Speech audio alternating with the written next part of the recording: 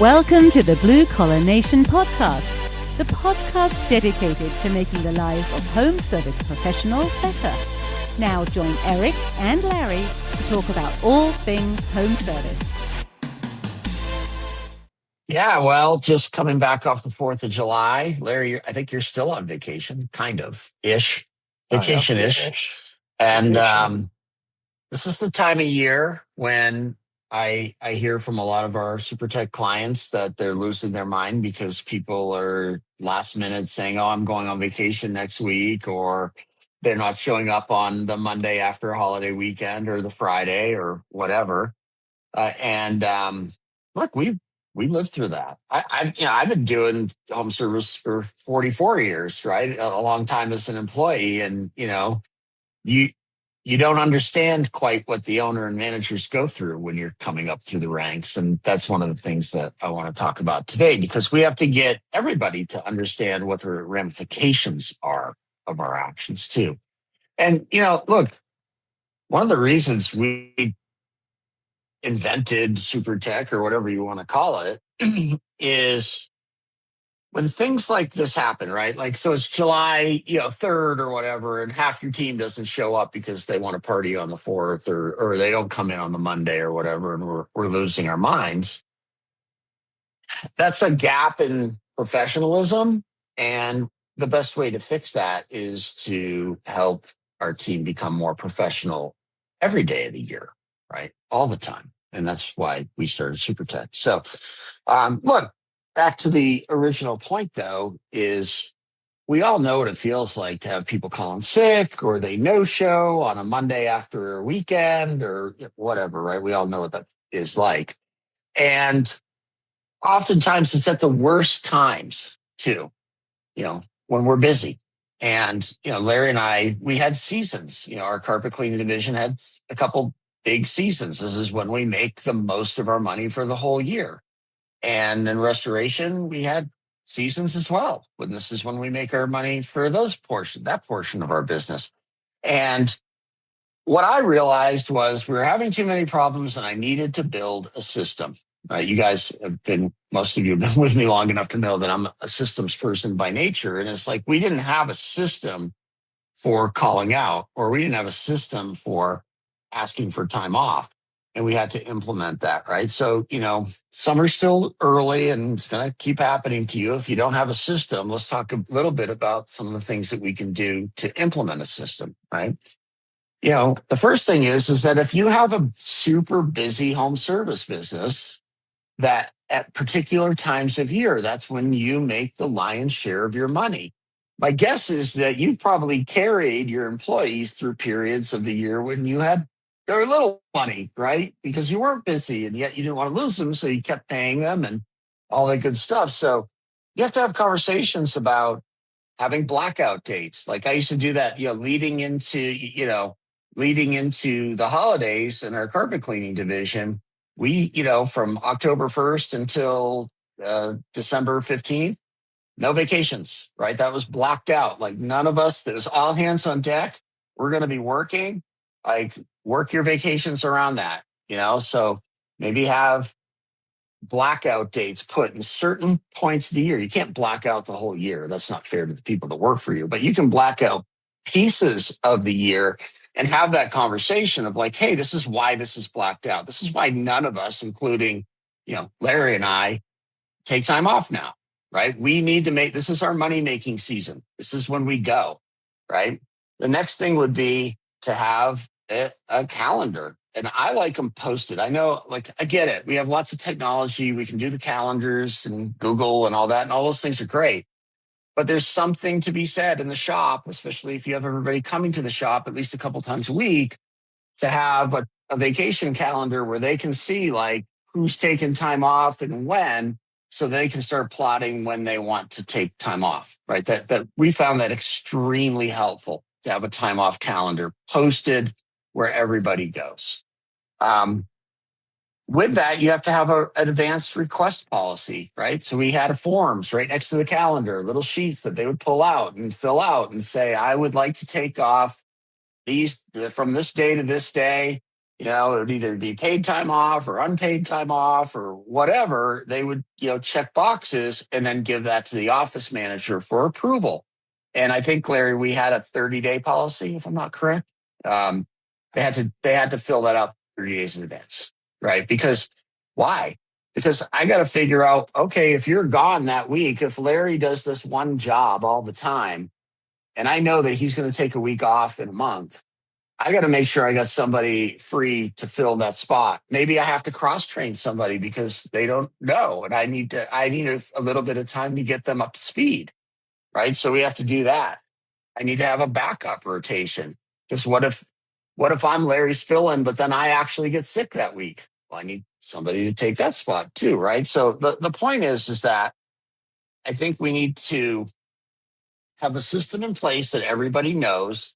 But then also we have to have conversations with our team about how taking time off affects the company, how it affects their coworkers, how it affects the clients, how like doing last minute stuff affects everybody. Because look, at the end of the day, I think this goes for all people. It's not just technicians or office staff or anybody else, but we all need to know the why for basically everything to buy in. And we got to get them to buy in to the fact that, hey, I need to plan my vacations in advance so that, the company isn't affected. And if nothing else, just most of the technicians, who are they affecting the most when they bail? Their friends, the other techs, right? They're usually going to be the ones picking up the slack. So like once you start framing that of like, hey, who gets affected when you no show on me on a Monday or on a Friday? Oh, it's your buddy here. He's doing double time. Ooh, that doesn't feel so good anymore. So, I think the first thing that we probably need to do is talk about the problem with everybody in a like a weekly huddle, daily huddle, however you do it, right? Have a conversation. Second step would be to start building systems so that we have an actual plan and every person knows what that plan is and knows what the protocol is and knows how to take time off and knows who to call and all that other stuff, right? And then the third step, Larry, for me anyway, is talk about it frequently, right? One of the reasons at SuperTech why the lessons are 5 minutes a day, but they're every single day is when we talk about stuff over and over and over and over and over, it gets beaten into their heads. What happens when we're kids? I want to say something about that because, everybody complains about repeating themselves. And I'm totally drives you nuts. Don't get me wrong. But repetition is your friend. And you put that in the webinar that you were talking about it. And you could speak to that the way you meant. Because we lose our mind, but we have to wrap our mind around it. Some things just are going to have to be repeated. We need things repeated to ourselves. But what were you saying a little more about that in the webinar? You had a different take on it from what I can remember. It was repetition builds fundamentals, right? So I grew up playing baseball. So what did we do every single day? I'm taking ground balls. I'm taking batting practice. I'm practicing the same basic things over and over and over and over and over and over and over until the point where they're rote. I can do them without thinking. That's when the good stuff starts to happen, right? I've reached a state of craftsmanship. It's the same thing talking to our team about doing certain stuff of like why we don't just take a day off without telling anybody. I mean, yes, there are going to be people calling sick and they're legitimately sick. We understand that, right? But I'm talking about the other kind, the kind that drives us crazy. So we have to talk about things over and over, right? Like I'm assuming probably most people here have children, and what do you do when you have kids? You teach them the same lessons over and over and over and over. And you're like, man, if I got to tell this kid to not stick their finger in the, wall socket one more time, I'm going to lose my mind.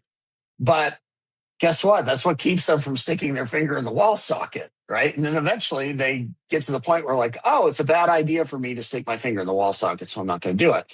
It's the same thing with basically every single thing we do in our business with our team. If we keep talking about things frequently for very small amounts of time, it just becomes our culture. It becomes normal to them to say, oh, I have to go in advance, figure out when I'm going to take my vacation, put in my papers, wait for the approval or denial. and move on, right? So that would be number 3, talk frequently about these things. I guess the other thing would be, what do you do when it happens anyway, right? It's going to happen. It's going to happen anyway. Right? We have to be prepared for, okay, in that case, who's going to cover the job, right? Do we have a person to cover the job? Is the owner going to cook? Look, I can't tell you how many times people called in sick, and guess what? My whole day is now on a van, right? I'm on a van now, right? I didn't start my day on a van, but I'm on a van now, right? So who covers the job? Who would be the first person to cover, right? So I'm going to see, do I have somebody who can take my place? What if I have a big meeting that day, right? What are we going to do, right? So who's going to cover that job?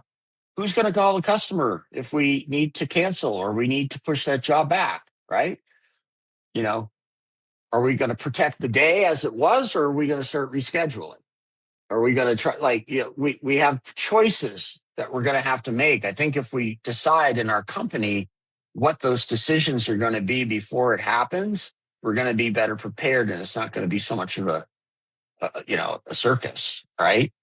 You know, and then I'm going to start tracking that data, like who's calling in sick, how often do they call in sick, when do they call in sick, right? When do we generally have problems? Why? Because I'm going to start teaching and talking to my team about it, right? And then, you know, lastly, I started out, and we try to go not too long on these, but, you know, shameless plug, you know, SuperTech, I really designed SuperTech based out of just all the daily quick huddles that I had in our own team.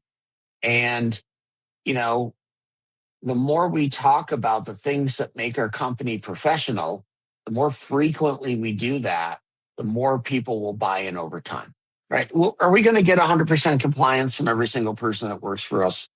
Absolutely not, right? But we're going to get the majority of the people to buy in. So we need to be constantly talking about what professionalism means in our company. And we need to be taking quick daily lessons that teach them what that looks like, so that when they feel like drinking too much on a Sunday night, watching Sunday night football or whatever, they might still show up on Monday morning. Larry, how many times have you showed up to work on a Monday morning not feeling 100%? More than you can count. It makes us, Me too. Well, it makes us worse when people don't show up. It makes the day go that much worse. Like, oh, I'm not feeling 100% now. I'm feeling miserable. I'm going to choke somebody. But, you know, people do have things, but it makes it tough. You know, more often happen Monday. Yeah. I think lastly, I think one of the things, Larry, is that, you know, the data, I'll use restoration industry statistics. The data in restoration is that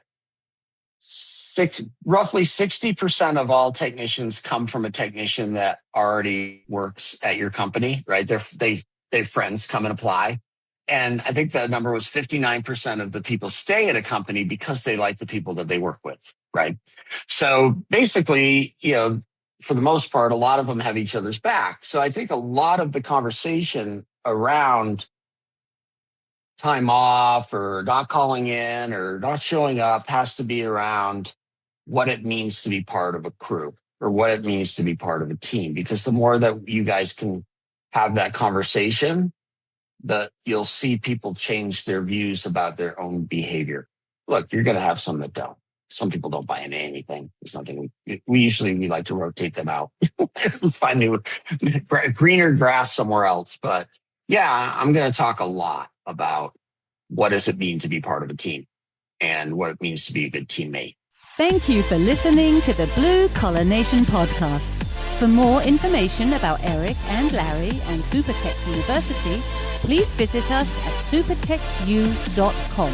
That is supertechu.com.